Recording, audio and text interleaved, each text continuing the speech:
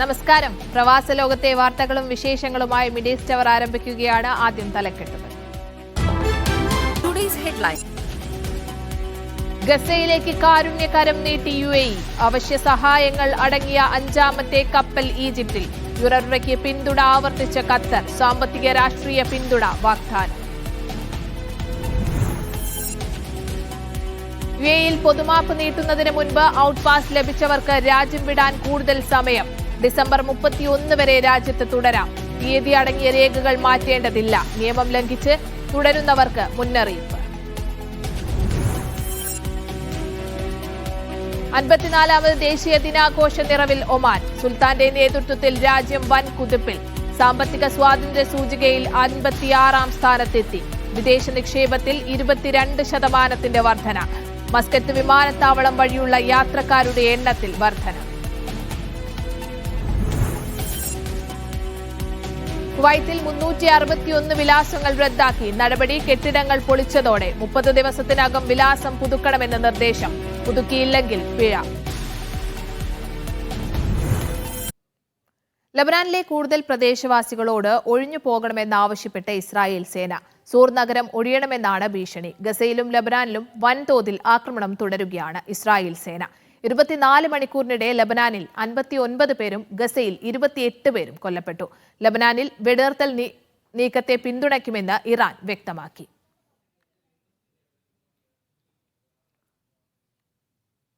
ലബനാനിലെ കൂടുതൽ പ്രദേശവാസികളോട് ഒഴിഞ്ഞു പോകണം എന്ന് ആവശ്യപ്പെട്ടിരിക്കുകയാണ് ഇസ്രായേൽ സേന. അത്തരത്തിൽ ഒരു മുന്നറിയിപ്പ് എന്ന രീതിയിലാണ് ഇസ്രായേൽ സേനയുടെ നിർദ്ദേശങ്ങൾ വരുന്നത്. സൂർ നഗരം ഒഴിയണമെന്ന ഭീഷണിയാണ് ഇസ്രായേലിന്റെ ഭാഗത്തു നിന്ന് ഉണ്ടാകുന്നത്.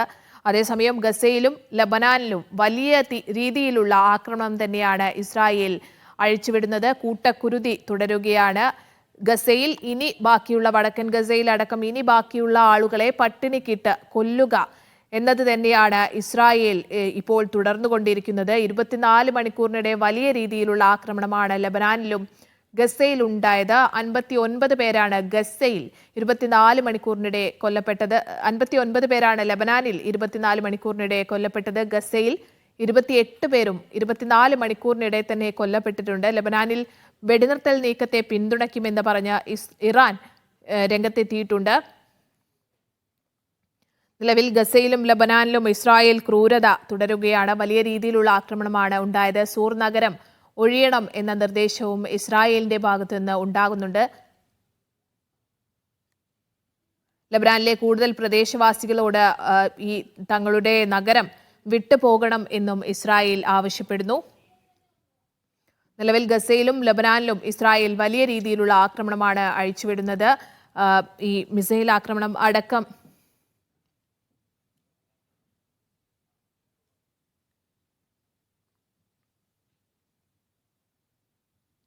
വാർത്തയിലേക്ക് തിരികെ എത്താം. ഇസ്രായേൽ ആക്രമണം തുടരുന്ന ഗസയിലേക്ക് വീണ്ടും സഹായം എത്തിച്ച UAE. അവശ്യ സഹായങ്ങൾ അടങ്ങിയ കപ്പൽ ഈജിപ്തിലെത്തി. സഹായങ്ങൾ കരാതിർത്തി വഴിയാണ് ഫലസ്തീനിൽ എത്തിക്കുക.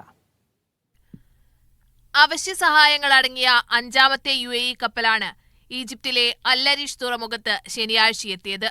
5112 ടൺ അവശ്യ വസ്തുക്കളാണ് കപ്പലിലുള്ളത്. ഗസയിൽ UAE പ്രഖ്യാപിച്ച ഓപ്പറേഷൻ ഷിവർലെസ് നൈറ്റ് 3യുടെ ഭാഗമായാണ് സഹായം. മരുന്ന്, ചികിത്സാ ഉപകരണങ്ങൾ, ഭക്ഷണം തുടങ്ങിയ അവശ്യവസ്തുക്കൾ അടങ്ങിയ കപ്പൽ ഒക്ടോബർ 30-ന് ദുബായ് അൽ ഹംറിയ തുറമുഖത്തു നിന്നാണ് യാത്ര തിരിച്ചത്. 5 ആംബുലൻസുകളും കപ്പലിലുണ്ട്. ഇതോടെ ഇസ്രായേൽ ആക്രമണത്തിനു ശേഷം UAE ഗസയിൽ എത്തിക്കുന്ന സഹായം 34,000 ടൺ കവിഞ്ഞു. ഓപ്പറേഷൻ ഷിവർലെസ് നൈറ്റ് 3യുടെ ഭാഗമായി 2 ആശുപത്രികളടക്കം നിരവധി സന്നദ്ധ പ്രവർത്തനങ്ങളാണ് UAE ഗസയിൽ നടത്തിക്കൊണ്ടിരിക്കുന്നത്. 6 ലക്ഷത്തിലേറെ പേർക്ക് പ്രയോജനം ലഭിക്കുന്ന കുടിവെള്ള പദ്ധതിയും ഭക്ഷണ വിതരണവും UAEയുടേതായുണ്ട്. വിവിധ സന്നദ്ധ സംഘടനകളുമായി ചേർന്ന് ബേർഡ്സ് ഓഫ് ഗുഡ്നസ് എന്ന പേരിൽ വടക്കൻ ഗസയിലെ വിദൂര പ്രദേശങ്ങളിൽ ഭക്ഷണം എയർ ഡ്രോപ്പ് ചെയ്യുന്നുമുണ്ട്. 3623 ടൺ ദുരിതാശ്വാസ സാമഗ്രികളാണ് UAE ഇതുവരെ ഗസയിൽ എയർ ഡ്രോപ്പ് ചെയ്തിട്ടുള്ളത്. Media 1 Dubai. ഫലസ്തീൻ അഭയാർത്ഥികൾക്ക് വേണ്ടിയുള്ള UN ഏജൻസിയായ യുനർവയ്ക്ക് പിന്തുണ അറിയിച്ച ഖത്തർ. സംഘടനയ്ക്ക് രാഷ്ട്രീയവും നയതന്ത്രപരവുമായ സാമ്പത്തികവുമായ പിന്തുണ തുടരുമെന്ന് ഖത്തർ വ്യക്തമാക്കി. സംഘടനയുമായി ബന്ധപ്പെട്ട് UN ജനറൽ അസംബ്ലിയിൽ നടന്ന ചർച്ചയിലാണ് ഖത്തറിന്റെ പ്രഖ്യാപനം. ഗസയിൽ യുദ്ധമേഖലയിൽ സഹായം എത്തിക്കുന്നതിന്റെ പേരിൽ യുനർവയ്ക്ക് ഇസ്രായേൽ നിരോധനം ഏർപ്പെടുത്തിയിരുന്നു.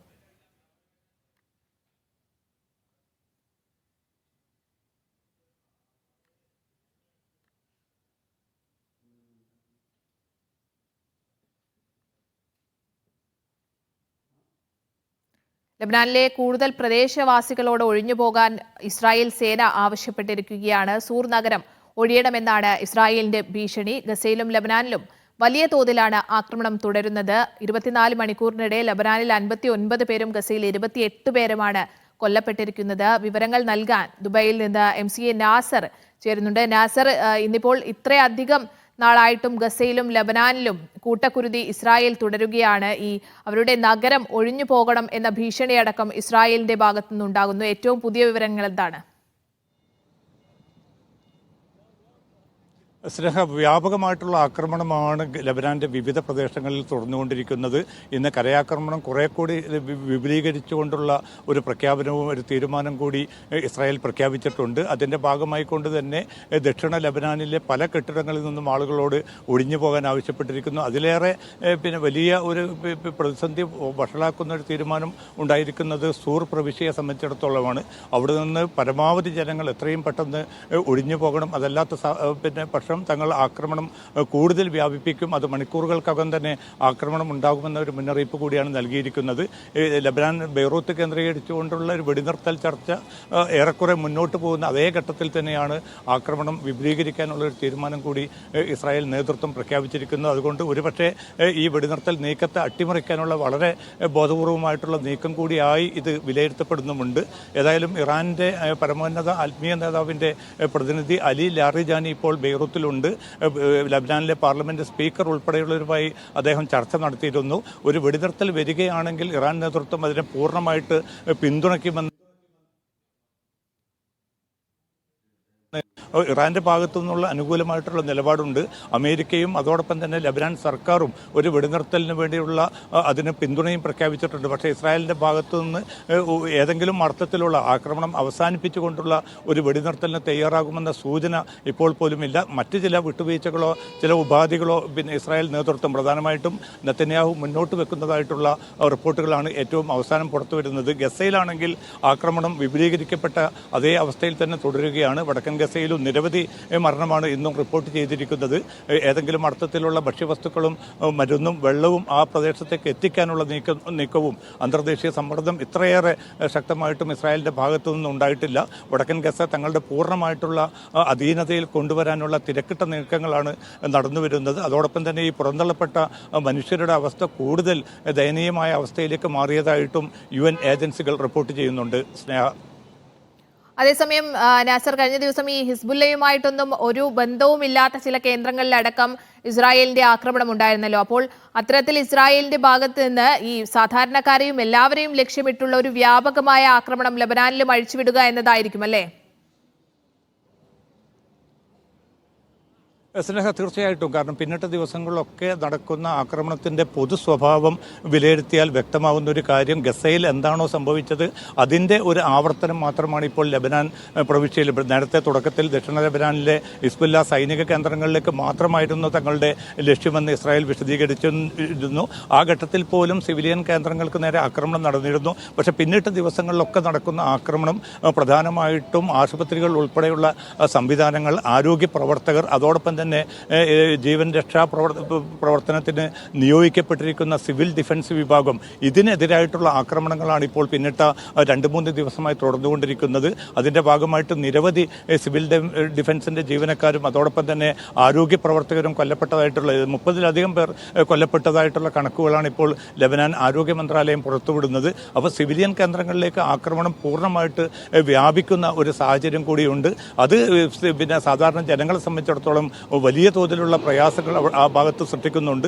ഇത് ഹിസ്ബുല്ല നടത്തുന്ന മിസൈൽ ആക്രമണത്തെ പ്രതിരോധിക്കാനുള്ള ഒരു നീക്കത്തിന്റെ ഭാഗമായാണ് സിവിലിയൻ കേന്ദ്രങ്ങൾക്ക് നേരെയുള്ള ഇസ്രായേലിന്റെ ഈ നീക്കമെന്ന് പോലും വിലയിരുത്തേണ്ടതുണ്ട്. കാരണം സൈനിക കേന്ദ്രങ്ങളോ മറ്റോ ഒന്നും ലക്ഷ്യമിടാതെ ഇപ്പോൾ സിവിലിയൻ കേന്ദ്രങ്ങളിലേക്ക് മാത്രം ഈ ആക്രമണം പരിമിതപ്പെടുത്താനാണ് ഇസ്രായേൽ തുനിഞ്ഞുകൊണ്ടിരിക്കുന്നത്. അത് സ്വാഭാവികമായിട്ടും ഈ മാനുഷിക ദുരന്തം ഗസയിൽ മാത്രമല്ല ലബനാനിലും വർദ്ധിപ്പിക്കുന്ന ഒരു സാഹചര്യമാണ് രൂപപ്പെട്ടിരിക്കുന്നത്. സ്നേഹ, നാസർ, അതേസമയം അതേസമയം വടക്കൻ ഗസയുടെ കാര്യത്തിലേക്ക് വരികയാണെങ്കിൽ ഇനി ബാക്കിയുള്ളവരെ ഒക്കെ തന്നെ പട്ടിണിക്കിട്ട് കൊല്ലുക, അതായത് യാതൊരു തരത്തിലും തങ്ങൾ അവരോട് കരുണ കാണിക്കാൻ തയ്യാറല്ല, വെള്ളവും ഭക്ഷണവും അടക്കമുള്ള കാര്യങ്ങളൊക്കെ തന്നെ നൽകാതെ ബാക്കിയുള്ളവരെ പട്ടിണിക്കിട്ട് കൊല്ലുക എന്നൊരു നടപടിയിലേക്കാണല്ലേ ഇപ്പോൾ കുറേ ദിവസങ്ങളായി ഇസ്രായേൽ കടക്കുന്നത്. തീർച്ചയായിട്ടും സ്നേഹ, ഒരു മാസത്തിലധികമായി ആ ഭാഗത്ത് തുടരുന്ന അവസ്ഥ വളരെ ദയനീയമായിട്ടുള്ള അവസ്ഥയിലൂടെ മുന്നോട്ട് പോവുകയാണ്. നേരത്തെ അമേരിക്ക പറഞ്ഞതൊരു മാസത്തിനുള്ളിൽ ഈ ഗസയിലേക്ക് ഭക്ഷ്യസഹായവും മറ്റു വസ്തുക്കളും എത്തിക്കേണ്ടതുണ്ട്, തങ്ങൾ നിരീക്ഷിക്കും. അത് ഏതെങ്കിലും സ്വഭാവത്തിൽ അത് നടക്കാതെ പോവുകയാണെങ്കിൽ തീർച്ചയായിട്ടും തങ്ങളുടെ ഭാഗത്തു നിന്ന് ആയുധ കയറ്റുമതി ഉൾപ്പെടെയുള്ള കാര്യങ്ങളിൽ ചില കടുത്ത നടപടികൾ തങ്ങൾ കൈക്കൊള്ളുമെന്ന് പറഞ്ഞ അതേ അമേരിക്ക തന്നെയാണ്, അല്ലെങ്കിൽ ബൈഡൻ ഭരണകൂടം തന്നെയാണ് ഇപ്പോൾ ഇസ്രായേൽ നടത്തിയിരിക്കുന്ന വളരെ ചുരുങ്ങിയ 15 ട്രക്കുകൾ മാത്രം ഇന്നലെ കയറ്റിവിട്ടു. ഇന്നിപ്പോൾ അത്രമാത്രം ട്രക്കുകൾ മാത്രമാണ് ആ പ്രദേശത്തേക്ക് കയറ്റിവിട്ടിരിക്കുന്നത്. 300-ലധികം ട്രക്കുകളെങ്കിലും എത്തിയാൽ മാത്രമേ ഈ ജനങ്ങളുടെ ഏറ്റവും ഈ കൊടിയ പട്ടിണിയിൽ നിന്ന് അവർക്ക് ഒരു ഏതെങ്കിലും അർത്ഥത്തിലുള്ള ഒരു പരിഹാരം ഉണ്ടാക്കാൻ സാധിക്കുകയുള്ളൂ. ആ അവസ്ഥ നിലനിൽക്കുന്ന ഘട്ടത്തിലാണ് വെറും 15 ട്രക്കുകൾ മാത്രം കയറ്റിവിട്ടുകൊണ്ട് അത്തരമൊരു പ്രതീകാത്മകമായ സ്വഭാവത്തിൽ മാത്രം ഒരു നടപടി സ്വീകരിക്കുമ്പോൾ അമേരിക്ക അതിനെ പൂർണ്ണമായിട്ട് ന്യായീകരിക്കുകയാണ്. ഏതെങ്കിലും അർത്ഥത്തിൽ ഇസ്രായേലിനെതിരെ ഒരു നടപടി ഉണ്ടാകില്ല എന്ന് കൂടിയാണ് ബൈഡൻ ഭരണകൂടം പ്രഖ്യാപിച്ചുകൊണ്ടിരിക്കുന്നത്. സ്നേഹ. ശരി, MC നാസറാണ് ദുബൈയിൽ നിന്ന് വിവരങ്ങൾ സമഗ്രമായി പങ്കുവച്ചത്. പൊതുമാപ്പ് നീട്ടുന്നതിന് മുൻപ് ഔട്ട് പാസ് ലഭിച്ചവർക്ക് രാജ്യം വിടാൻ കൂടുതൽ സമയം അനുവദിച്ച് UAE. ഡിസംബർ 31 വരെ ഇവർക്ക് രാജ്യത്ത് തുടരാമെന്ന് അധികൃതർ അറിയിച്ചു. നേരത്തെ 14 ദിവസത്തിനകം രാജ്യം വിടണമെന്നായിരുന്നു നിർദ്ദേശം. ഔട്ട് പാസ് ലഭിച്ചവർക്ക് രാജ്യം വിടാൻ ഈ വർഷം അവസാനം വരെ സമയമുണ്ടെങ്കിലും വിമാന ടിക്കറ്റ് നിരക്ക് ഉയരാൻ സാധ്യതയുള്ളതുകൊണ്ട് ഇവർ എത്രയും വേഗം രാജ്യം വിടണമെന്നാണ് നിർദ്ദേശം. വിസ സ്റ്റാറ്റസ് ശരിയാക്കാത്തവർ വേഗത്തിൽ ആവശ്യമായ നടപടി സ്വീകരിക്കണമെന്നും അധികൃതർ ആവശ്യപ്പെട്ടു. ഔട്ട് പാസ് ലഭിച്ചവർക്ക് രാജ്യം വിടാൻ രേഖപ്പെടുത്തിയ തീയതി അടങ്ങിയ പേപ്പർ വീണ്ടും മാറ്റേണ്ടതില്ല. സിസ്റ്റത്തിൽ ഇവരുടെ ഔട്ട് പാസ് കാലാവധി നീട്ടി നൽകിയിട്ടുണ്ട്. പാസ് ലഭിച്ചവർ നാട്ടിലേക്ക് പോകാൻ അവസാനം വരെ കാത്തിരിക്കരുത്. വിമാന ടിക്കറ്റ് നിരക്ക് ഉയർന്നാൽ തിരിച്ചു പോകാനാകാത്ത സാഹചര്യമുണ്ടാകാൻ ഇടയുണ്ടെന്നും GDRFA Amar customer happiness director lieutenant Salim bin Ali പറഞ്ഞു. സെപ്റ്റംബർ 1 മുതൽ ഒക്ടോബർ 31 വരെയായിരുന്നു ആദ്യഘട്ടത്തിലെ പൊതുമാപ്പ് കാലാവധി. വിവിധ പൊതുമാപ്പ് കേന്ദ്രങ്ങളിലെ തിരക്ക് പരിഗണിച്ച് അധികൃതർ കാലാവധി ഡിസംബർ 31 വരെ നീട്ടി നൽകിയിരുന്നു. ഡിസംബർ 31 ശേഷം പൊതുമാപ്പിൽ ഒരു ആനുകൂല്യവും പ്രതീക്ഷിക്കേണ്ടതില്ലെന്ന് GDRFA വ്യക്തമാക്കിയിട്ടുണ്ട്. നിയമം ലംഘിച്ച് രാജ്യത്ത് തുടരുന്നവർക്കെതിരെ കർശന നടപടി സ്വീകരിക്കുമെന്നും അധികൃതർ മുന്നറിയിപ്പ് നൽകി. Media 1 Dubai. 54ാമത് ദേശീയ ദിനാഘോഷത്തിന്റെ നിറവിലാണ് ഒമാൻ. വൈവിധ്യമാർന്ന മേഖലകളിൽ പുരോഗതി കൈവരിച്ചതിന്റെ ചാരിതാർത്ഥ്യത്തിലാണ് രാജ്യം മറ്റൊരു ദേശീയ ദിനത്തെ വരവേൽക്കാൻ ഒരുങ്ങുന്നത്. വിഷൻ 2040 പ്രഖ്യാപിച്ച് അതിലേക്ക് ഓരോ ചുവടുവെപ്പും വളരെ വേഗത്തിൽ നടത്തുകയാണ് സുൽത്താൻ ഹൈത്തം ബിൻ താരിഖിന്റെ ഭരണകൂടം. രാജ്യത്തിന്റെ സാമ്പത്തികമായ പ്രകടനം മെച്ചപ്പെടുത്താനും കടം കുറക്കാനും മൊത്ത ആഭ്യന്തര ഉൽപ്പാദനം വർദ്ധിപ്പിക്കാനും കഴിഞ്ഞു. 2024 സാമ്പത്തിക സ്വാതന്ത്ര്യ സൂചികയിൽ സുൽത്താനറ്റ് 39 സ്ഥാനങ്ങൾ മുന്നേറി 56ാം സ്ഥാനത്തെത്തി. ആഗോള സംരംഭകത്വ സൂചികയിൽ 11ാം സ്ഥാനവുമുണ്ട്. നേരിട്ടുള്ള വിദേശ നിക്ഷേപം 21.6% വർദ്ധിച്ചിട്ടുണ്ട്. ദുക്കം റിഫൈനറി, ഇബ്രി സോളാർ പ്ലാന്റ്, സുൽത്താൻ ഹൈത്തം സിറ്റി പോലുള്ളവ രാജ്യം പ്രതീക്ഷയോടെ കാത്തിരിക്കുന്ന പ്രൊജക്റ്റുകളാണ്. വ്യാവസായിക മേഖലയിൽ 2024 ആദ്യ പകുതിയിൽ നിക്ഷേപം കുത്തനെ ഉയർന്നിട്ടുണ്ട്. തുറമുഖങ്ങളും ഫ്രീ സോണുകളും വ്യാപാരത്തിൽ പ്രധാന പങ്ക് വഹിക്കുന്നു. രാജ്യം ശ്രദ്ധയിൽ നിന്ന മറ്റൊരു മേഖല ടൂറിസമാണ്. 2023 മാത്രം 4 ദശലക്ഷം സന്ദർശകരാണ് സുൽത്താനറ്റിലെത്തിയത്. വിദ്യാഭ്യാസ മേഖലയിലും രാജ്യം ഒട്ടേറെ മുന്നേറി. സുൽത്താൻ കാബു സർവകലാശാല 2024 ആഗോളതലത്തിൽ മികച്ച 400 സർവകലാശാലകളിൽ ഇടം നേടി. നല്ല അയൽപ്പക്ക തത്വങ്ങളെ അടിസ്ഥാനമാക്കിയുള്ളതാണ് ഒമാന്റെ വിദേശ നയം. മറ്റുള്ളവരുടെ ആഭ്യന്തര കാര്യങ്ങളിൽ ഇടപെടില്ലെന്ന് ആവർത്തിക്കുകയും ചെയ്യുന്നുണ്ട്. ഫലസ്തീൻ പ്രദേശങ്ങളിലെ അനധികൃത ഇസ്രായേൽ അധിനിവേശം അവസാനിപ്പിച്ച് ഫലസ്തീൻ ജനതയ്ക്ക് നീതി ലഭ്യമാക്കാനും അന്താരാഷ്ട്ര വേദികളിൽ ഒമാൻ നിരന്തരം ആവശ്യപ്പെടുന്നു. സമഗ്രവും ശ്രദ്ധേയമായ പുരോഗതി കൈവരിച്ച് സുൽത്താനറ്റ് ശോഭനമായ ഭാവി കെട്ടിപ്പടുത്തുള്ള പ്രയാണം തുടരുകയാണ്. Media 1 Muscat. ഒമാന്റെ 54ാമത് ദേശീയ ദിനത്തിന്റെ ഭാഗമായി അൽ സമൌദ് ക്യാമ്പിലെ സൈനിക പരേഡിൽ ഒമാൻ സുൽത്താൻ ഹൈത്തം ബിൻ താരിഖ് സല്യൂട്ട് സ്വീകരിക്കും. നവംബർ 18 തിങ്കളാഴ്ച രാവിലെയാണ് parade. Royal Army of Oman, Royal air force of Oman, Royal Navy of Oman, സുൽത്താന്റെ പ്രത്യേക സേന എന്നിങ്ങനെ വിവിധ സൈനിക യൂണിറ്റുകൾ പരേഡിൽ ഉണ്ടാകും. രാജ്യകുടുംബത്തിലെ അംഗങ്ങൾ, മന്ത്രിമാർ, സ്റ്റേറ്റ് കൗൺസിൽ ചെയർമാൻമാർ, മജ്ലിസ് അഷൂറ ഉപദേശകർ എന്നിവരും പങ്കെടുക്കും. മസ്കത്ത് എയർപോർട്ട് വഴിയുള്ള യാത്രക്കാരുടെ എണ്ണത്തിൽ 4.7% വർധന. യാത്രക്കാരുടെ എണ്ണത്തിൽ ഇന്ത്യക്കാരാണ് ഒന്നാമത്. ബംഗ്ലാദേശ്, പാകിസ്ഥാൻ പൗരന്മാരാണ് ഇന്ത്യക്ക് പിന്നിലുള്ളത്. ഈ വർഷം സെപ്റ്റംബർ അവസാനത്തോടെ 97,64,530 പേർ മസ്കത്ത് വിമാനത്താവളം വഴി യാത്ര നടത്തിയെന്നാണ് national centre for statics and ഇൻഫർമേഷന്റെ പുതിയ കണക്കുകളിൽ പറയുന്നത്. അതായത് 4.7% വർധന. 73,137 വിമാനങ്ങളിലായാണ് ഇത്. യാത്രക്കാരുടെ എണ്ണത്തിൽ ഇന്ത്യക്കാരാണ് ഒന്നാമത്. 1,49,561 ഇന്ത്യൻ പൗരന്മാർ ഇക്കാലയളവിൽ മസ്കത്ത് എയർപോർട്ട് വഴി യാത്ര ചെയ്തു. ബംഗ്ലാദേശ്, പാകിസ്ഥാൻ പൗരന്മാരാണ് യാത്രക്കാരുടെ എണ്ണത്തിൽ ഇന്ത്യക്ക് തൊട്ടു പിന്നിലുള്ളത്. അന്താരാഷ്ട്ര വിമാനങ്ങൾ മസ്കത്ത് വഴി 66,207 ട്രിപ്പുകൾ നടത്തി. 6,930 ആഭ്യന്തര വിമാനങ്ങളിലായി 9,18,046 യാത്രക്കാരും മസ്കത്ത് വിമാനത്താവളം വഴി യാത്ര ചെയ്തു. സലാല വിമാനത്താവളത്തിൽ യാത്രക്കാരുടെ എണ്ണം 6.8% വർദ്ധിച്ചിട്ടുണ്ട്. സൊഹാർ എയർപോർട്ട് 544 വിമാനങ്ങളിലായി 62,842 യാത്രക്കാരെ സ്വാഗതം ചെയ്തു. ദുഖം എയർപോർട്ടിൽ 466 വിമാനങ്ങളിലായി 44,753 യാത്രക്കാരെത്തി. അതേസമയം സെപ്റ്റംബർ അവസാനത്തോടെ ഒമാനിലെ ആകെ വിമാനത്താവളങ്ങൾ വഴിയുള്ള യാത്രക്കാരുടെ എണ്ണത്തിൽ 5.1% വർധന കാണിക്കുന്നുണ്ട്. 82,521 വിമാനങ്ങളിലായി 1,11,02,451 യാത്രക്കാർ ഒമാൻ വിമാനത്താവളത്തിലൂടെ കടന്നുപോയിട്ടുണ്ട്. Media 1 Muscat. കുവൈത്തിൽ 361 അഡ്രസ്സുകൾ റദ്ദാക്കി. പബ്ലിക് അതോറിറ്റി ഫോർ സിവിൽ ഇൻഫർമേഷന്റേതാണ് നടപടി. കെട്ടിടങ്ങൾ പൊളിച്ചതിനെ തുടർന്നും ഉടമകൾ നൽകിയ വിവരങ്ങൾ അനുസരിച്ചുമാണ് നടപടിയെന്ന് പാസി അറിയിച്ചു. താമസവിലാസം റദ്ദാക്കിയവർ 30 ദിവസത്തിനകം പാസി ഓഫീസ് സന്ദർശിച്ച് പുതിയ താമസവിലാസങ്ങൾ രജിസ്റ്റർ ചെയ്യണം. നിശ്ചിത സമയപരിധിക്കുള്ളിൽ അഡ്രസ്സുകൾ പുതുക്കിയില്ലെങ്കിൽ 100 കുവൈറ്റ് ദിനാർ പിഴ അടക്കമുള്ള നടപടികൾ സ്വീകരിക്കുമെന്ന് അധികൃതർ വ്യക്തമാക്കി. താമസ കേന്ദ്രങ്ങൾ മാറിയിട്ടും വിലാസം പുതുക്കാത്ത നിരവധി പേർക്കെതിരെ നേരത്തെയും നടപടി സ്വീകരിച്ചിരുന്നു. Kuwait chamber of commerce and industry നിയമനത്തിലെ ഭേദഗതിക്കെതിരെ സമർപ്പിച്ച 3 അപ്പീലുകൾ ഭരണഘടനാ കോടതി തള്ളി. കൗൺസിലർ ആദേൽ അൽ ബഹൂദിന്റെ നേതൃത്വത്തിലുള്ള കോടതിയാണ് വാണിജ്യ വ്യവസായ നിയമത്തിലെ 2, 3, 7 സെഷനുകൾക്കെതിരായ അപ്പീൽ തള്ളിയത്. ചേംബറിന്റെ നടത്തിപ്പിന് മേൽനോട്ടം വഹിക്കുന്ന സർക്കാർ സമിതി താൽക്കാലികമാണ്. ജനറൽ അസംബ്ലിയുടെ അവകാശത്തെ ഹനിക്കുന്ന രീതിയിൽ ദീർഘകാലാടിസ്ഥാനത്തിൽ കാലാവധി നീട്ടാൻ പാടില്ലെന്നും കോടതി നിരീക്ഷിച്ചു. കുവൈത്തിൽ ശൈത്യകാല ക്യാമ്പിംഗ് സീസണ് മികച്ച പ്രതികരണം. തുടക്ക ദിവസമായ ഇന്നലെ ക്യാമ്പിംഗ് സൈറ്റുകൾക്കായി 700-ലധികം ലൈസൻസുകൾ നൽകിയതായി കുവൈത്ത് മുനിസിപ്പാലിറ്റി അറിയിച്ചു. അപേക്ഷ സ്വീകരിക്കുന്നത് തുടരുമെന്നും 4 മാസത്തെ ക്യാമ്പിംഗ് സീസണിനായി താൽക്കാലിക ലൈസൻസുകൾ നൽകുമെന്നും മുനിസിപ്പാലിറ്റി വ്യക്തമാക്കി. മുനിസിപ്പാലിറ്റിയുടെ ഔദ്യോഗിക വെബ്സൈറ്റ് വഴിയോ സഹൽ ആപ്പ് വഴിയോ അപേക്ഷകൾ സമർപ്പിക്കാം. റിസർവേഷൻ കാലാവധി മാർച്ച് 15 വരെ തുടരും.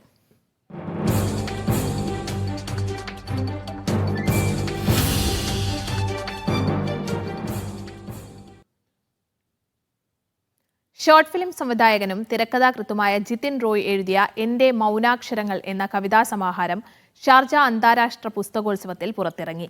ജിതിന്റെ ആദ്യ പുസ്തകമാണിത്. ഇത് ഒരു കവിതകളുടെ സമാഹാരമാണ്. ഇതിനൊരു ജോണർ ആയിട്ട് ചെയ്തിട്ടില്ല. ഇത് ആക്ച്വലി പറഞ്ഞു കഴിഞ്ഞാൽ കവിതകൾ എഴുതാൻ വേണ്ടി എഴുതിയതല്ല, മനസ്സിലുള്ള ഒരു വികാരങ്ങൾ പുറത്തേക്ക് കവിതകളായി വന്നു എന്ന് പറയാം. അപ്പോൾ അതുകൊണ്ട് തന്നെ പലതരത്തിലുള്ളതുണ്ട്. ചിരിപ്പിക്കുന്നതുണ്ട്, ചിന്തിപ്പിക്കുന്നതുണ്ട്, കുറച്ച് വിഷമം തോന്നുന്നുണ്ട്. അങ്ങനെ എല്ലാം കൂടെ കൂടിയിട്ട് ഒരു കുഴഞ്ഞു മറിഞ്ഞ ഒരു രീതിയാണ്.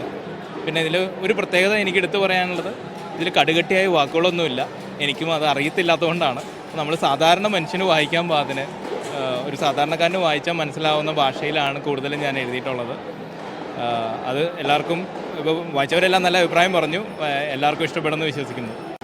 ഇതിൽ 23 കവിതകളാണുള്ളത്. ചെറിയൊരു പുസ്തകമാണ്, പെട്ടെന്ന് വായിച്ചു പോയി പെട്ടെന്ന് തീർക്കാവുന്നതാണ്. വീണ്ടും വീണ്ടും വായിക്കുന്ന ചിലരുണ്ട് എന്നോട് പറഞ്ഞപ്പോൾ എനിക്ക് സന്തോഷം തോന്നി. ഇതിൽ എനിക്ക് ഏറ്റവും ഇഷ്ടപ്പെട്ട കവിത ഷവർമയുടെ മതം എന്ന് പറയുന്ന ഒരു കവിതയാണ്. അപ്പോൾ അത് ആനുകാലിക പ്രസക്തിയുള്ളതാണ് ഏത് കാലത്തും എന്നെനിക്ക് ഫീൽ ചെയ്യുന്നു. ദുബൈയിലെ ക്ലിനിക്കൽ സൈക്കോളജിസ്റ്റ് ഡോക്ടർ സിജി രവീന്ദ്രന്റെ മൈൻഡ് മാസ്റ്ററി എന്ന ഇംഗ്ലീഷ് പുസ്തകം പുറത്തിറങ്ങി. ഷാർജ അന്താരാഷ്ട്ര പുസ്തകമേളയിൽ മുൻ MP TN പ്രതാപൻ പ്രകാശനം ചെയ്തു. Sharjah Indian association president Nisar Thalangara ആദ്യ കോപ്പി ഏറ്റുവാങ്ങി. മനഃശാസ്ത്ര പ്രശ്നങ്ങൾക്ക് പരിഹാരം നിർദ്ദേശിക്കുന്ന പുസ്തകം RJ വൈശാഖ് പരിചയപ്പെടുത്തി. Sharjah books authority external affairs executive PV Mohankumar, മാധ്യമപ്രവർത്തകരായ വനിതാ വിനോദ്, ദീപ കോലാട്ട്, അനൂപ് കീച്ചേരി തുടങ്ങിയവർ സംസാരിച്ചു. ഷാർജയിലെ +2 വിദ്യാർത്ഥിനി സനാരി സുഹ എഴുതിയ ഇംഗ്ലീഷ് പൊളിറ്റിക്കൽ ത്രില്ലർ ഷാർജ അന്താരാഷ്ട്ര പുസ്തകോത്സവത്തിൽ പ്രകാശനം ചെയ്തു. കൊറോണ ഉൾപ്പെടെ പല മഹാമാരികളും രാഷ്ട്രീയ ഗൂഢാലോചനയാണെന്ന് പറയുന്ന റെയിൻ ഓഫ് ഇൻസാനിറ്റി എന്നതാണ് നോവൽ. എന്താ പേരൊന്നുകൂടി പറഞ്ഞു? സനാരി സുഹ. ഞാൻ 9ാം ക്ലാസ്സിൽ പഠിക്കുന്ന ഒരു വിദ്യാർത്ഥിയാണ്. 14 വയസ്സ്. ഇപ്പോൾ ഞാൻ ഇവിടെ ഷാർജ ബുക്ക് ഫെയറിൽ റെയിൻ ഓഫ് ഇൻസാനിറ്റി എന്ന് പറഞ്ഞൊരു പൊളിറ്റിക്കൽ ത്രില്ലറായിട്ടുള്ളൊരു ബുക്ക് ഞാനിവിടെ പബ്ലിഷ് ചെയ്തിട്ടുണ്ട്. അത് സൺഡേ 10th ആ ഒരു ഇതിലായിരുന്നു പബ്ലിഷ് ചെയ്തിട്ടുണ്ടായിരുന്നു. അത് സക്സസ്ഫുൾ ആയിട്ട് പോയിട്ടുണ്ട്. എന്താണ് പൊളിറ്റിക്കൽ ത്രില്ലർ എന്ന് ഉദ്ദേശിച്ചത്? എന്താണ് പുസ്തകത്തിൻ്റെ പേര്? പുസ്തകത്തിൻ്റെ പേര് റെയിൻ ഓഫ് ഇൻസാനിറ്റി എന്നാണ്. ഇത് ഒരു കൊറോണ സമയത്തിലായിട്ടുള്ള ആ ഒരു അറ്റ്മോസ്ഫിയർ ബേസ് ചെയ്തിട്ടുള്ളതാണ് ഇത്. പക്ഷേ ആ ഒരു കൊറോണ അല്ല, പക്ഷേ വേറൊരു വൈറസിനായിട്ട് ബേസ് ചെയ്തിട്ടാണ്. അപ്പോൾ ഇതിൽ എനിക്ക് കൊറോണ സമയത്ത് കുറേ ക്വസ്റ്റ്യൻസ് എൻ്റെ മൈൻഡിലുണ്ടായിരുന്നു. ഇതെങ്ങനെ ഉണ്ടായത്, ഇത് ആക്സിഡൻ്റലി ഉണ്ടായതാണോ, പിന്നെ ഈ വാക്സിനും അവർക്കാണല്ലോ ആദ്യം ഉണ്ടാക്കാൻ പറ്റിയത്, അപ്പോൾ അത് അവർക്ക് എങ്ങനെ പറ്റി, വേറെ കൺട്രീസിനൊന്നും പറ്റിയില്ല, അതെന്തുകൊണ്ട്, അങ്ങനെ കുറേ ക്വസ്റ്റ്യൻസും ഇതൊക്കെ വന്നിട്ട് അതൊരു ചോദ്യങ്ങളുടെ ഉത്തരമായിട്ടാണ് ഞാൻ ഈ ഒരു ബുക്ക്, എൻ്റെ ഫിക്ഷണലായിട്ട് പ്യുവർ ഇമാജിനേഷൻ അങ്ങനെ ഞാൻ എഴുതിയിട്ടുള്ളൊരു ബുക്കാണ്. അപ്പോൾ ഇത് എഴുതണമെന്ന് തോന്നിയത് കഴിഞ്ഞ വർഷം SIBF ഞാൻ വന്ന് കുറേ സ്പെൻഡ് ചെയ്തിട്ടുണ്ടായിരുന്നു. സ്കൂളിൽ നിന്ന് വന്ന ഉടനെ ഇവിടോട്ട് വരാൻ വേണ്ടിയിട്ടായിരുന്നു കാത്തിരിക്കുന്നത്. ഭയങ്കര ഒരു പീസ്ഫുൾ ആൻഡ് വെരി ഒരു നല്ലൊരു അറ്റ്മോസ്ഫിയറാണ്. കുറേ ആൾക്കാരെയും ഓതേഴ്സിനെയും ഒക്കെ മീറ്റ് ചെയ്യാൻ പറ്റുന്ന ഒരു സ്ഥലമായിരുന്നു. അപ്പോൾ ഭയങ്കര രസമായിരുന്നു ഇവിടെ. അങ്ങനെ ഒരു ബുക്ക് എത്ര ചാപ്റ്ററാണുള്ളത്? ഇത് 50 ചാപ്റ്റേഴ്സ്, 176 പേജസ് ഉണ്ട്. അപ്പോൾ കൊറോണ എന്ന് പറയുന്നത് ഒരു പൊളിറ്റിക്കൽ ഗൂഢാലോചനയായിരുന്നു എന്നാണോ നമ്മൾ പറയുന്നത്? അതെ. ഇത് ഈ ഒരു കൊറോണ വന്നത് ഈ ഭരണാധികാരികളുടെ ഒരു പ്രാന്തായിരുന്നു, എന്നിട്ട് അങ്ങനെയുള്ളൊരു ഇത് വെച്ചിട്ടാണ് ഇതാക്കിയത്. അതായത് എങ്ങനെ ഈ ലോകത്തെ നമ്മുടെ കൈ കീഴിലാക്കാൻ വേണ്ടിയിട്ട് ഉള്ളൊരു ഇതാണോ എന്നൊക്കെ വെച്ചിട്ട് ഉള്ളൊരു ഇതാണ്.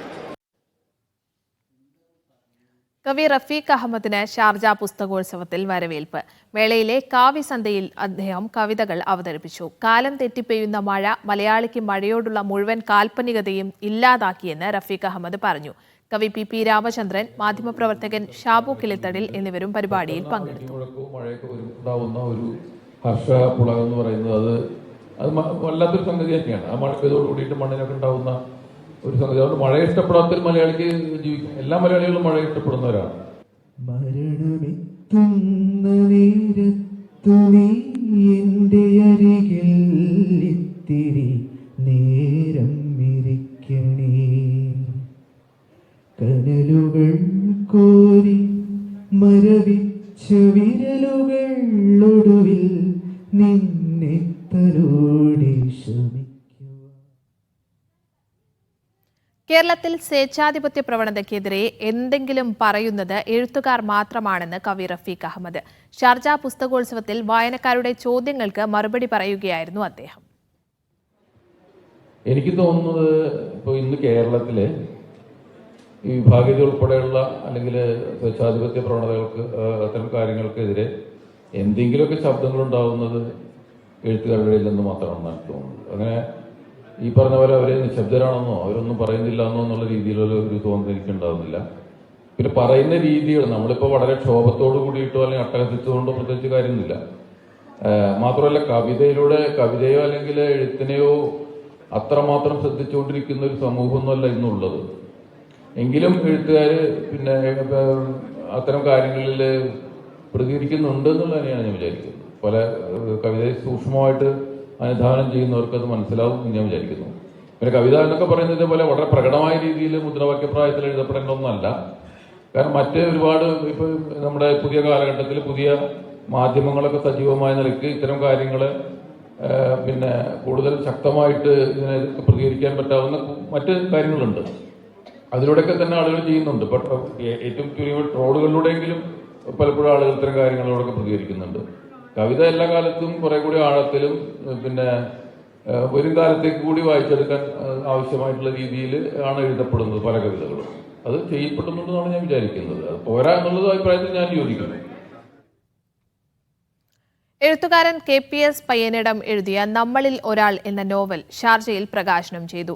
നിരവധി അവാർഡുകൾ നേടിയ ഈ എഴുത്തുകാരൻ ആദ്യമായാണ് ഷാർജ അന്താരാഷ്ട്ര പുസ്തകമേളയിൽ പങ്കെടുക്കാൻ എത്തുന്നത്. ഈ പുസ്തകത്തെ ഒന്ന് പരിചയപ്പെടുത്താമോ? ഈ പുസ്തകം നമ്മളിൽ ഒരാൾ എന്നൊരു ചെറിയ നോവലാണ്.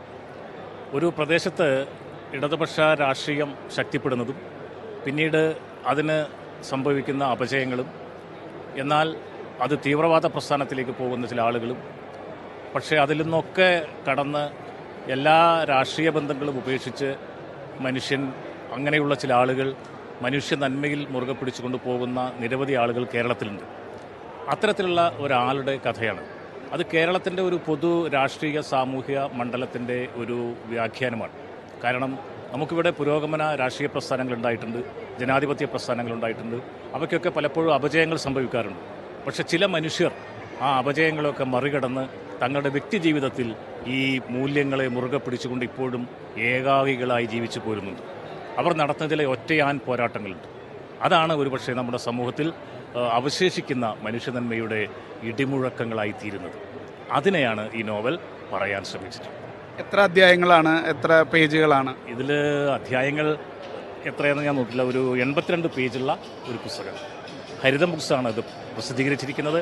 അതിലേറ്റവും സന്തോഷകരമായ കാര്യം ലോകോത്തരമായ ഈ international book fair, Sharjah book ഫെയറിൽ വെച്ച് ഇത് പ്രകാശനം ചെയ്യാൻ സാധിച്ചു എന്നുള്ളതാണ്. അതെനിക്ക് പ്രത്യേകിച്ച് പറയാനുള്ളത്, ഈ പ്രകാശ ചടങ്ങ് ഇവിടെ നടത്താൻ നേതൃത്വം കൊടുത്തവർ, മണ്ണാർക്കാട്ട് നിന്ന് ഇവിടെ എത്താൻ എന്നെ സഹായിച്ചവർ, UAE-യിലുള്ള മണ്ണാർക്കാട്ടുകാരുടെ കൂട്ടായ്മയായ മീറ്റ് UAE എന്ന സംഘടനയാണ്. ആ സംഘടന നടത്തിയ ഒരു ആത്മാർത്ഥമായ ശ്രമമാണ് ഈ ഒരു മഹോത്സവത്തിൽ പങ്കെടുക്കാൻ എനിക്ക് അവസരമുണ്ടായത്. എൻ്റെ പുസ്തകം പ്രകാശനം ചെയ്യുന്ന ഒരു മഹനീയമായ സംവിധാനത്തിലേക്ക്, നിമിഷത്തിലേക്ക് കാര്യങ്ങൾ എത്തിച്ചത്. അതുകൊണ്ട് മീറ്റ് UAE-യുടെ പ്രിയവർത്തകന്മാരോട് ഞാൻ എൻ്റെ ഹൃദയം നിറഞ്ഞ നന്ദി അറിയിക്കുന്നു. ഖത്തറിൽ പ്രവാസിയായ ഡോക്ടർ അമാനുള്ള വടക്കാങ്ങരയുടെ വിജയമന്ത്രങ്ങൾ എന്ന പുസ്തക പരമ്പരയുടെ 7ാം ഭാഗം ഷാർജ അന്താരാഷ്ട്ര പുസ്തകോത്സവത്തിൽ പ്രകാശനം ചെയ്തു. Safari group managing director Zainul Abideen പ്രകാശനം നിർവഹിച്ചു. ബേനസീർ മനോജ് ആദ്യ കോപ്പി ഏറ്റുവാങ്ങി. മനോജ് സാഹിബ് ജാൻ, അഷ്റഫ് താമരശ്ശേരി, MCA നാസർ, ബന്ന ചേന്നമംഗലൂർ എന്നിവർ സംസാരിച്ചു. UAE നാഷണൽ സാഹിത്യോത്സവത്തിന്റെ ഭാഗമായി പ്രചാരണ ബോട്ട് യാത്ര നടത്തി. അബുദാബിയിലായിരുന്നു യാത്ര. ഉസ്മാൻ സഫാക്കി തിരുവത്ര ഫ്ളാഗ് ഓഫ് ചെയ്തു. നിരവധി പ്രവർത്തകർ പങ്കെടുത്തു. ഹംസ അഫ്സനി വയനാട്, ലത്തീഫ് ഹാജി മാട്ടൂൽ, സലാം ഇർഫാനി തുടങ്ങിയവർ നേതൃത്വം നൽകി.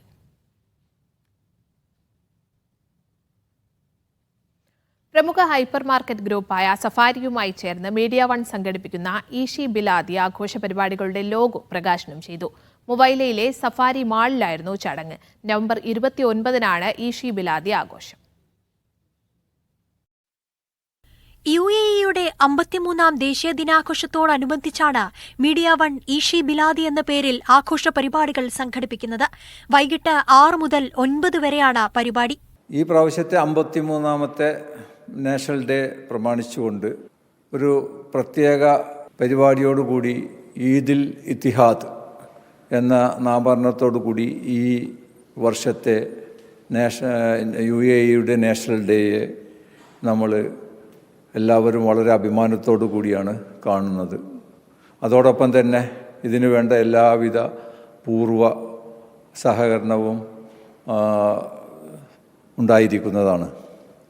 പ്രകാശന ചടങ്ങിൽ Safari group chairman Abubakar Madappatt, managing director Zainul Abideen, Sharjah Indian association general secretary P. Sreeprakash, Middle East editorial operation മേധാവി MCA Nasar, UAE Oman regional head Shafnas Anas തുടങ്ങിയവർ പങ്കെടുത്തു. പോറ്റമ്മ രാജ്യത്തിൻ്റെ 53ാമത് ദേശീയ ദിനത്തോടനുബന്ധിച്ച് മീഡിയ വൺ സഫാരിയുമായി ചേർന്ന് നടത്തുന്ന ഈഷി ബിലാദ്, അതുപോലെ തന്നെ ഈദിൽ ഇത്തിഹാദ്, UAE നടത്തുന്ന ഈദിൽ ഇത്തിഹാദ് പ്രോഗ്രാം, ഇതിനൊക്കെ എല്ലാവിധ ആശംസകളും സഫാരിയുടെ ഭാഗത്ത് നിന്ന് ഈ മൊത്തം UAE ജനതയ്ക്ക് നേരുകയാണ് സന്തോഷപൂർവ്വം. വിദ്യാർത്ഥികൾക്കായുള്ള കളറിംഗ്, ഡ്രോയിംഗ്, ഫാഷൻ ഷോ, സ്കൂളുകൾക്കായുള്ള ദേശീയഗാന ബാൻഡ്, ഹെന്ന എന്നീ മത്സരങ്ങൾ നടക്കും. ജീവിക്കുന്ന രാജ്യത്തോടുള്ള പ്രതിബദ്ധത കാത്തുസൂക്ഷിക്കുന്നതിന് വേണ്ടി, സമൂഹത്തോടുള്ള ഐക്യദാർഢ്യം പ്രകടിപ്പിക്കുന്നതിന് വേണ്ടി കിട്ടുന്ന അവസരങ്ങളെ ഏത് തരത്തിലാണ് ഉപയോഗിക്കേണ്ടത് എന്നത് വളരെ അവധാനതയോടുകൂടെ ആർജവത്തോടുകൂടെ മുന്നോട്ട് വയ്ക്കുന്ന പ്രസ്ഥാനം അല്ലെങ്കിൽ മീഡിയയാണ് മീഡിയ വൺ. ഈ മാസം 29-ാം തീയതി നടത്തുന്ന ഈദൽ ഇത്തിഹാദ്, അതിനോട് ചേർന്ന് വെച്ചിട്ട് നടക്കുന്ന ഈശിബിലാദി എന്ന പ്രോഗ്രാമിന് ഇന്ത്യൻ അസോസിയേഷൻ ഷാർജയുടെയും സഫാരി മാളും മീഡിയ വണിനും അത് നടത്താൻ താല്പര്യം പ്രകടിപ്പിക്കുന്നതിനുള്ള അതിനോടുള്ള ആ ഐക്യദാർഢ്യവും സന്തോഷവും രേഖപ്പെടുത്താൻ ആഗ്രഹിക്കുകയാണ്. Media one Sharjah. ചാന്ദ്ര ദൗത്യത്തിൽ പങ്കാളിയാകാൻ ബഹ്റൈൻ UAEയുടെ മുഹമ്മദ് ബിൻ റാഷിദ് സ്പേസ് സെന്ററുമായി സഹകരിച്ച് ചാന്ദ്ര പര്യവേഷണം നടത്തുമെന്ന് Bahrain national space science agency പ്രഖ്യാപിച്ചു. ബഹ്റൈൻ ഇന്റർനാഷണൽ എയർ ഷോയുടെ ഭാഗമായാണ് ചാന്ദ്രപര്യവേക്ഷണത്തിനായി മുഹമ്മദ് ബിൻ റാഷിദ് സ്പേസ് സെന്ററുമായി സഹകരിക്കാൻ Bahrain national space science agency ധാരണയിലെത്തിയത്. ചാന്ദ്രപര്യവേക്ഷണ ദൌത്യത്തിൽ Bahrain national space science agency വികസിപ്പിച്ചെടുത്ത ഹൈടെക് നാവിഗേഷൻ ക്യാമറകൾ മുതൽക്കൂട്ടാകും. ചന്ദ്രന്റെ ഉപരിതലം പരിശോധിക്കാനും മണ്ണിന്റെ സാമ്പിളുകൾ വിശകലനം ചെയ്യാനും ഇത് സഹായിക്കും. ദൌത്യത്തിനായി മുഹമ്മദ് ബിൻ റാഷിദ് സ്പേസ് സെന്ററുമായി സഹകരിക്കുന്നത് പ്രധാന നേട്ടമാണെന്ന് Bahrain national space science agency CEO doctor Mohammed Ibrahim al Asiri പറഞ്ഞു. ബഹ്റൈനെ ശാസ്ത്രമേഖലയിൽ ഉന്നതിയിലെത്തിക്കുക എന്ന ഹമദ് രാജാവിന്റെ കാഴ്ചപ്പാട് സഫലീകരിക്കാൻ ഇത് നിർണായക ചുവടുവയ്പ്പാകുമെന്നും അദ്ദേഹം കൂട്ടിച്ചേർത്തു. Siraj Pallikkara, media one, Bahrain. Morocco ആസ്ഥാനമായി പ്രവർത്തിക്കുന്ന വളനിർമ്മാണ കമ്പനിയായ OCP ഗ്രൂപ്പുമായി സൾഫർ കയറ്റുമതി കരാർ ഒപ്പുവെച്ച് ഖത്തർ എനർജി. 75 ലക്ഷം ടൺ കയറ്റുമതിക്കുള്ള 10 വർഷത്തെ കരാറാണ് ഒപ്പുവെച്ചത്. ലോകത്തെ പ്രധാന സൾഫർ കയറ്റുമതി രാജ്യങ്ങളിലൊന്നാണ് ഖത്തർ. പ്രതിവർഷം 34 ലക്ഷം ടണ്ണാണ് വിവിധ രാജ്യങ്ങളിലേക്ക് ഖത്തർ കയറ്റുമതി ചെയ്യുന്നത്.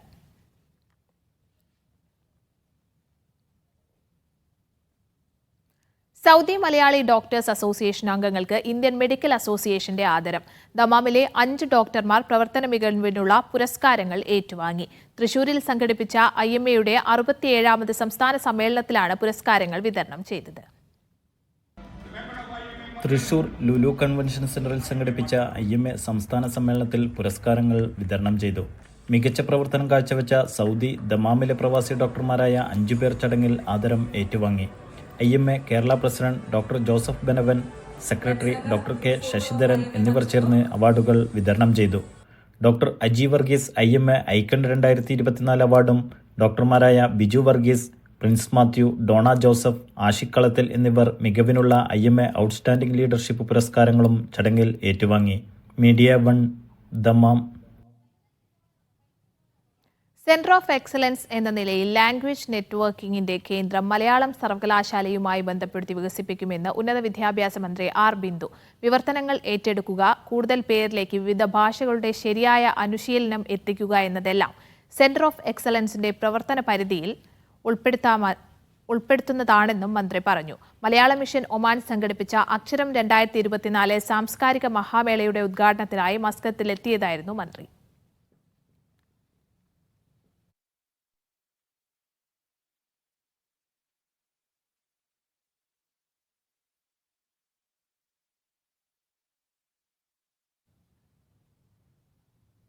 റിയാദ് OICC പാലക്കാട് ജില്ലാ കമ്മിറ്റിയുടെ നേതൃത്വത്തിൽ തെരഞ്ഞെടുപ്പ് കൺവെൻഷൻ സംഘടിപ്പിച്ചു. ബത്ത സമർബതി ഓഫീസിൽ ചേർന്ന convention Riyadh OICC central committee president Abdullah Vallanchira ഉദ്ഘാടനം ചെയ്തു. റിയാദ് OICC പാലക്കാട് ജില്ലാ കമ്മിറ്റിയുടെ നേതൃത്വത്തിലാണ് കൺവെൻഷൻ സംഘടിപ്പിച്ചത്. ജില്ലാ പ്രസിഡന്റ് ഷിഹാബ് കരിമ്പാറയുടെ അധ്യക്ഷതയിലായിരുന്നു കൺവെൻഷൻ. ബത്ത സബർമതി ഓഫീസിൽ സംഘടിപ്പിച്ച ചടങ്ങിന്റെ ഉദ്ഘാടനം നിർവഹിച്ചത് Riyadh OICC central committee president Abdullah വല്ലാഞ്ചിറയായിരുന്നു. പാലക്കാട് നിയമസഭാ മണ്ഡലത്തിൽ UDF വിജയം സുനിശ്ചിതമാണ്. 2016 മുതലുള്ള ലോക്സഭ നിയമസഭാ തെരഞ്ഞെടുപ്പുകളിലെ ഫലം UDFന് അനുകൂലമാണെന്നും ഉദ്ഘാടന പ്രസംഗത്തിൽ അദ്ദേഹം അഭിപ്രായപ്പെട്ടു.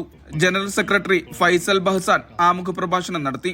രാഹുൽ മാങ്കൂട്ടത്തലിന് വോട്ട് അഭ്യർത്ഥിച്ചുകൊണ്ട് KMCCയുടെയും OICCയുടെയും നേതാക്കൾ സംസാരിച്ചു. സത്താർ താമരത്ത്, MA സമദ്, കുഞ്ഞിക്കുമ്പള, രഘുനാഥ് പറശ്ശിനിക്കടവ്, മൊയ്തീൻ മണ്ണാർക്കാട്, ഷഹീർ കോട്ടക്കാട്ടിൽ തുടങ്ങിയവരും ചടങ്ങിന്റെ ഭാഗമായി സംസാരിച്ചു. Media one, Riyadh.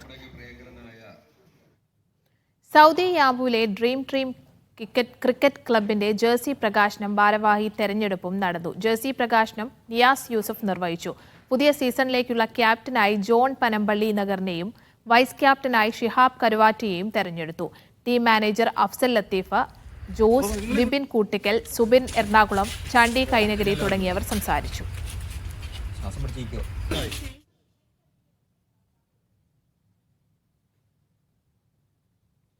സൗദിയിലെ അബഹയിൽ ശിശുദിനത്തിന്റെ ഭാഗമായി കുട്ടികൾക്കായി പാചക മത്സരം സംഘടിപ്പിച്ചു. ടീം ക്ലൗഡ് ഓഫ് അബഹയും താജ് റോയൽ റെസ്റ്റോറന്റും സംയുക്തമായാണ് പരിപാടി സംഘടിപ്പിച്ചത്. കുട്ടികൾക്കിടയിൽ പാചക നൈപുണ്യം വളർത്തുന്നതിന്റെ ഭാഗമായാണ് മത്സരം. ജാമിയ യാസിൻ 1-ാം സ്ഥാനവും ഇഷൽ RS 2-ാം സ്ഥാനവും ഐഷ ഇഷൽ 3-ാം സ്ഥാനവും കരസ്ഥമാക്കി. പരിപാടിയുടെ കോർഡിനേറ്ററായി ലാല ഷിഫാഖ്, ആഷിഖ്, ലുലു മാനേജർ ഷംസാദ, അബ്ദുൽ ജലീൽ, റഹൂഫ് എന്നിവർ പങ്കെടുത്തു. തിരികെ വാർത്തകളിലേക്ക്. UAE കോഴിക്കോട് ജില്ലാ വോളിബോൾ അസോസിയേഷൻ സംഘടിപ്പിക്കുന്ന വോളിബോൾ ടൂർണമെന്റ് നാളെ നടക്കും. രാവിലെ 10 മുതൽ ദുബായ് ന്യൂ ഇന്ത്യൻ മോഡൽ സ്കൂളിലാണ് മത്സരങ്ങൾ. കോഴിക്കോട്ടെ 10 പ്രമുഖ ടീമുകൾ മാറ്റുരയ്ക്കുമെന്ന് അസോസിയേഷൻ ഭാരവാഹികളായ മുഹമ്മദ് അജ്ബാർ, അഡ്വക്കേറ്റ് സാജിദ് അബൂബക്കർ തുടങ്ങിയവർ അറിയിച്ചു.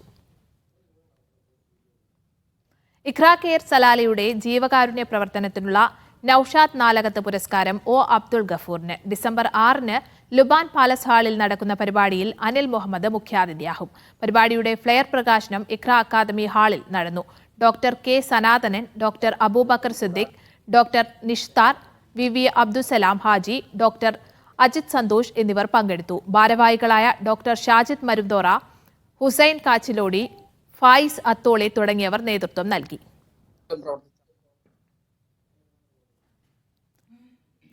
ഖത്തറിലെ കലാകായിക കൂട്ടായ്മയായ യാസ് ഖത്തർ സംഘടിപ്പിക്കുന്ന ബാഡ്മിന്റൺ ടൂർണമെന്റ് ഈ മാസം 20 മുതൽ 23 വരെ നടക്കും. 15 രാജ്യങ്ങളിൽ നിന്നുള്ള താരങ്ങൾ പങ്കെടുക്കുമെന്ന് സംഘാടകർ അറിയിച്ചു. നവംബർ 20 മുതൽ 23 വരെ വക്ര അൽമഷാഫിലെ ബീറ്റ കേംബ്രിഡ്ജ് സ്കൂളിലാണ് ബാഡ്മിന്റൺ ടൂർണമെന്റ് നടക്കുന്നത്. കുട്ടികൾക്കും പുരുഷ വനിതാ വിഭാഗങ്ങളിലുമായി 37 ഇനങ്ങളിൽ മത്സരങ്ങൾ നടക്കും. 20-നും 21-നും വൈകിട്ട് 6 മുതലും 22-ന് രാവിലെ 8 മുതലും ഫൈനൽ നടക്കുന്ന 23-ന് ഉച്ചയ്ക്ക് ശേഷവും മത്സരങ്ങൾ തുടങ്ങും. ഇതിൽ ഏറെക്കുറെ 300-ൽ കൂടുതൽ എൻട്രീസ് വന്നിട്ടുണ്ട്. പക്ഷേ കൂടുതൽ എൻട്രീസ് വന്നതിൻ്റെ അടിസ്ഥാനത്തിൽ ഞങ്ങൾ വീണ്ടും ഇന്ന് മിഡ്നൈറ്റ് വരെ അത് എക്സ്റ്റെൻഡ് ചെയ്തിട്ടുണ്ട്. എന്തായാലും വളരെ ഭംഗിയായിട്ട് നടത്താനുള്ള പ്ലാൻ ഉണ്ട്. കാരണം അത്രത്തോളം എല്ലാവിധ ഇൻഫ്രാസ്ട്രക്ചറും ഞങ്ങൾ റെഡിയാണ്. നമുക്ക് 37 കാറ്റഗറി ഉണ്ട്. പിന്നെ മോർ ദൻ 15 നാഷണാലിറ്റീസ് വന്നിട്ടുണ്ട്. അതുകൂടാണ്ട് നമ്മൾ GCCയും പിന്നെ ഇന്ത്യയിൽ നിന്നൊക്കെ എൻട്രീസും വന്നിട്ടുണ്ട്. വിവിധ സ്പോർട്സ് അക്കാദമികളെ പ്രതിനിധീകരിച്ച് മത്സരിക്കുന്നവരിൽ നിന്നും ഏറ്റവും കൂടുതൽ പോയിന്റ് നേടുന്ന അക്കാദമിക്ക് ചാമ്പ്യൻഷിപ്പ് ട്രോഫിയും റണ്ണറപ്പും നൽകും. Yas Qatar chairman advocate Jafar Khan, Sudheer Shenoy, Noufal Usman, Kishore Nair, Shamsuddin, Anu Ibrahim എന്നിവർ വാർത്താ സമ്മേളനത്തിൽ പങ്കെടുത്തു. Media 1 Doha. Pravasi welfare Qatar സംഘടിപ്പിക്കുന്ന സർവീസ് കാർണിവലിന്റെ ജില്ലാതല പ്രചരണോദ്ഘാടനവും പ്രവർത്തക കൺവെൻഷനും സംഘടിപ്പിച്ചു. കണ്ണൂർ, കാസർഗോഡ്, പാലക്കാട്, വയനാട്, കോഴിക്കോട് തുടങ്ങിയ ജില്ലകളുടെ സംഗമങ്ങൾ പ്രവാസി വെൽഫെയർ സംസ്ഥാന വൈസ് പ്രസിഡന്റുമാരായ സാദിഖ് ചെന്നാടൻ, അനീസ് റഹ്മാൻ തുടങ്ങിയവർ ഉദ്ഘാടനം ചെയ്തു. ജനറൽ സെക്രട്ടറി അഹമ്മദ് ഷാഫി, സംസ്ഥാന കമ്മിറ്റി അംഗങ്ങളായ അൻവർ വാണിയമ്പലം, സജ്ന സാക്കി, ഷുഐബ് അബ്ദുറഹ്മാൻ തുടങ്ങിയവർ സംസാരിച്ചു. ഈ മാസം 29-നാണ് സർവീസ് കാർണിവൽ നടക്കുന്നത്. തൊഴിൽ രംഗത്തെ മികവിന് UAE തൊഴിൽ മന്ത്രാലയം ഏർപ്പെടുത്തിയ ലേബർ മാർക്കറ്റ് അവാർഡിൽ ആരോഗ്യമേഖലയിലെ 5 പുരസ്കാരങ്ങൾ സ്വന്തമാക്കി ബുർജിൽ ഹോൾഡിംഗ്സ്. മലയാളിയായ നഴ്സുമാരായ ശശീന്ദ്രൻ 17 ലക്ഷം രൂപ വിലമതിക്കുന്ന അവാർഡ് സ്വന്തമാക്കി. ആരോഗ്യ സാമൂഹിക പ്രവർത്തന മേഖലയിൽ LH ഹോസ്പിറ്റലും ബുർജിൽ ഹോസ്പിറ്റലും ആദ്യ സ്ഥാനങ്ങൾ കരസ്ഥമാക്കി. മികച്ച ജീവനക്കാർക്കുള്ള വിഭാഗത്തിൽ മായ ശശീന്ദ്രൻ, ഭരത് കുമാർ, ശിശുരോഗ വിദഗ്ധൻ ഡോക്ടർ നഷ്വ ബഹാൽ എൽദിൻ എന്നിവർ അവാർഡ് നേടി. ഖത്തറിൽ വാഹനാപകടത്തിൽ കണ്ണൂർ സ്വദേശി ഉൾപ്പെടെ 2 പേർ മരിച്ചു. മട്ടന്നൂർ ചോലയിൽ സ്വദേശി രഹനാസാണ് മരിച്ചത്. 40 വയസ്സായിരുന്നു. ഒപ്പമുണ്ടായിരുന്ന നേപ്പാൾ സ്വദേശിയും അപകടത്തിൽ മരിച്ചു. കൂടെയുണ്ടായിരുന്ന മറ്റൊരു നേപ്പാൾ സ്വദേശിയെ ഗുരുതര പരിക്കുകളോടെ ആശുപത്രിയിൽ പ്രവേശിപ്പിച്ചു. ഇവർ സഞ്ചരിച്ച വാഹനം നിർത്തിയിട്ട ട്രെയിലറിന് പിന്നിൽ ഇടിച്ചാണ് അപകടമുണ്ടായത്. ഹമദ് മോർച്ചറിയിൽ സൂക്ഷിച്ച മൃതദേഹം നടപടികൾ പൂർത്തിയാക്കിയ ശേഷം നാട്ടിലെത്തിക്കും. ഉംറ നിർവഹിക്കാനെത്തിയ മലയാളി മക്കയിൽ മരിച്ചു. പൂക്കോട്ടൂർ സ്വദേശി മൈമൂനയാണ് മരിച്ചത്. 67 വയസ്സായിരുന്നു.